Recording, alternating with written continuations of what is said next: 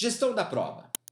Gestão da prova e sistema acusatório. A pergunta que eu faço e me proponho a responder à luz do julgamento do Supremo Tribunal Federal é: o juiz pode determinar provas de ofício, ex ofício, no processo penal? Para isso, nós devemos separar as fases do processo penal, da persecução penal.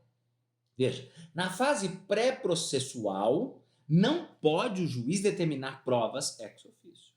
Disse isso o Supremo Tribunal Federal ao interpretar o artigo 3º-A do CPP, que inclusive estabelece o sistema acusatório de acordo com aquilo que já estava previsto constitucionalmente. O que disse o Supremo Tribunal Federal, analisando o artigo 3º-A do CPP, que não compete ao juiz determinar provas ex officio na fase investigatória, na fase pré-processual. Por quê? Porque o destinatário da investigação nas ações penais públicas é o Ministério Público. É ele o destinatário dessa investigação. E por isso, o juiz não pode determinar provas ex officio nessa fase pré-processual. O controle acerca da investigação é exercido pelo Ministério Público. Quando o Ministério Público não é ele, o próprio titular da investigação, compete a ele o controle externo da investigação policial. Agora, embora o juiz não possa determinar ex officio provas na fase pré-processual, disse o Supremo Tribunal Federal, interpretando o artigo 3º-A do CPP. Pode o juiz, na fase processual, na fase da ação penal, determinar provas ex officio de forma complementar, de forma subsidiária. Isso já está previsto, inclusive, no artigo 156, inciso 2 do CPP. Ou seja, na fase processual, na fase da ação penal, o juiz pode atuar de forma subsidiária, de forma complementar às partes.